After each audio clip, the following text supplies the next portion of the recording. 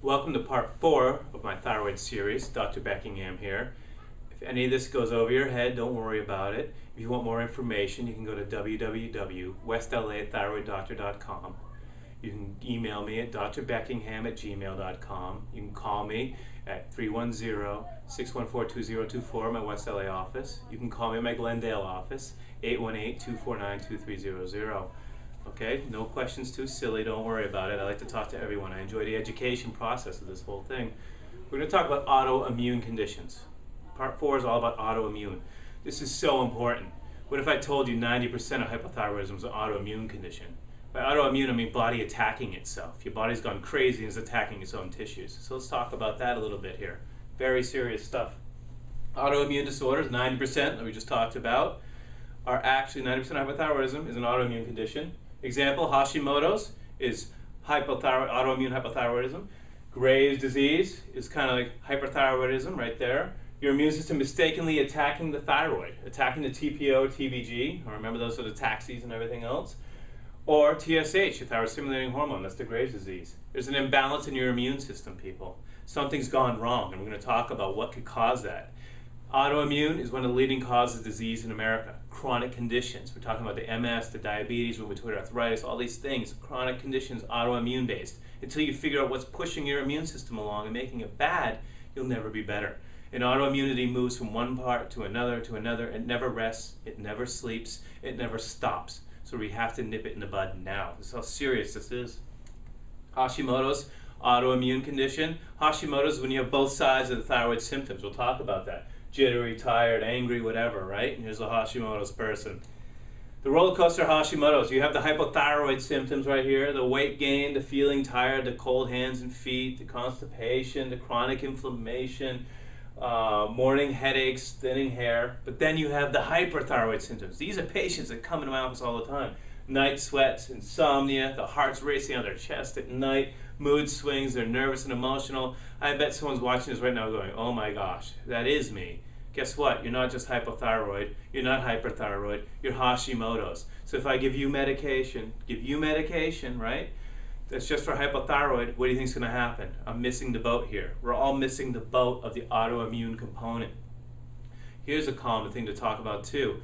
People that have hypothyroid, they're making this mistake, people, the mistake of taking iodine. Let's take iodine for that hypothyroid. This is like big in the 70s and 80s. Oh, you got hypothyroid? Iodine, supplement, iodine. Look at your thyroid supplement that doctor gave you right now in your hand. Iodine. If you have Hashimoto's and you take iodine, you're going to cause more of an autoimmune reaction because iodine makes more of the TPO, all right? So if you got more TPO and your body's eating and attacking TPO and it angers your body, right? You have an immune reaction to it and you make more of it, what's going to happen? More autoimmune attack. So Hashimoto's people who are taking iodine supplementation are only causing more damage and more destruction. So let's talk about your immune system here. Two sides. This side Th1, this side Th2, all right? Th1 is these Pac-Men over here, and their job is to eat bad things in the body, all right? They're the soldiers of our army. This side over here, Th2, is the taggers, the generals. They tell this tissue to be eaten. They mark it, and then Pac-Man eats it. So the general tells the soldier to go there, the soldier goes there. This should be even, like the seesaw, right? When you're at the jungle gym. What happened if you were playing in the playground on the seesaw, and the other kid was 500 pounds and you were 20 pounds, right? You'd shoot up through the air, right? So we need this to be even, but it's not always even. Let's talk about Th1 dominance. This is when there's too many soldiers, not enough generals. Too many guys eating stuff, not enough people telling them what to eat. It's the Mutiny on the Bounty. Remember that movie? A mutiny in the army here. Th1 dominant immune imbalance. All right? This is when the body will just start eating random tissues because it doesn't know what to do. Unfortunately, Pac-Men aren't that smart. They just go around and eat stuff. They need to be told what to do. It could be the other way around. But if you have too many people telling you what to do, too many cooks in your kitchen and not enough soldiers, they're not going to know what to do because they got instructions from 50 different people, all right? It's probably what you and I relate with at work sometimes, right? That corporate environment, you got 19 bosses telling you what to do. Where's those reports, right? That is Th2 dominance. This is very common. Hypothyroid symptoms and Hashimoto's happens after women's pregnancy. Let's talk about that.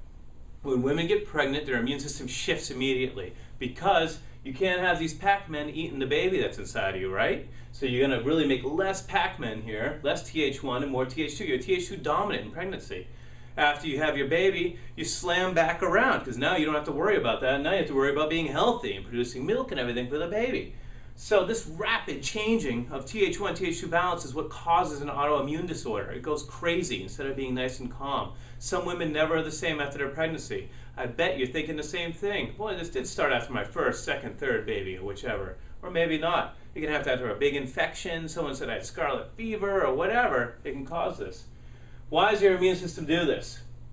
Dysregulation. Immune system is imbalanced because of stressors to it. So what's angering your immune system? Chronic inflammation.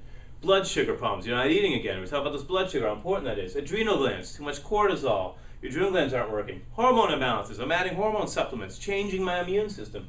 Brain imbalances. Maybe my temporal lobe's not firing properly. Maybe my frontal lobe's not firing properly. Maybe my hypothalamus isn't making the right neurotransmitters. Okay, we'll talk about this. Adrenal gland dysfunction. And then you can have an active antigen. Immune system, right, is imbalanced because there's an invader. This is when we have something that just won't go away. H. pylori bacteria, I'm sure you've heard of that one. That guy hangs out here in your stomach acid and never goes away. Well, that's going to make your immune system angry all day long and fire it up. How's it going to fire it up? It's going to make more soldiers. Soldiers don't know what to do. They're going to attack other things. Bacterial. People come in here, 12% of people that come in walking on this planet right now have pinworms. That's crazy. That was the latest research I just saw. That's way too high of a number, right? Parasites in the gut. Tapeworms. What if you got cysts? What if you have traveler's diarrhea? All these things. What if you have a food sensitivity? What if you're allergic to wheat? What if you're allergic to dairy and you eat it every day, right? You're eating that cheeseburger, you're eating that cracker, you're eating that milkshake, you're having some yogurt. You think you're eating healthy, you do yogurt and flaxseed. I'm doing great, right? Maybe not. If you're allergic to a food and you eat it every day, it's going to anger your immune system, provoke it, and cause an autoimmune attack, or cause your autoimmunity to be worse. This is why a lot of people autoimmune find out their food sensitivity and you remove it and they start to improve. Environmental toxins.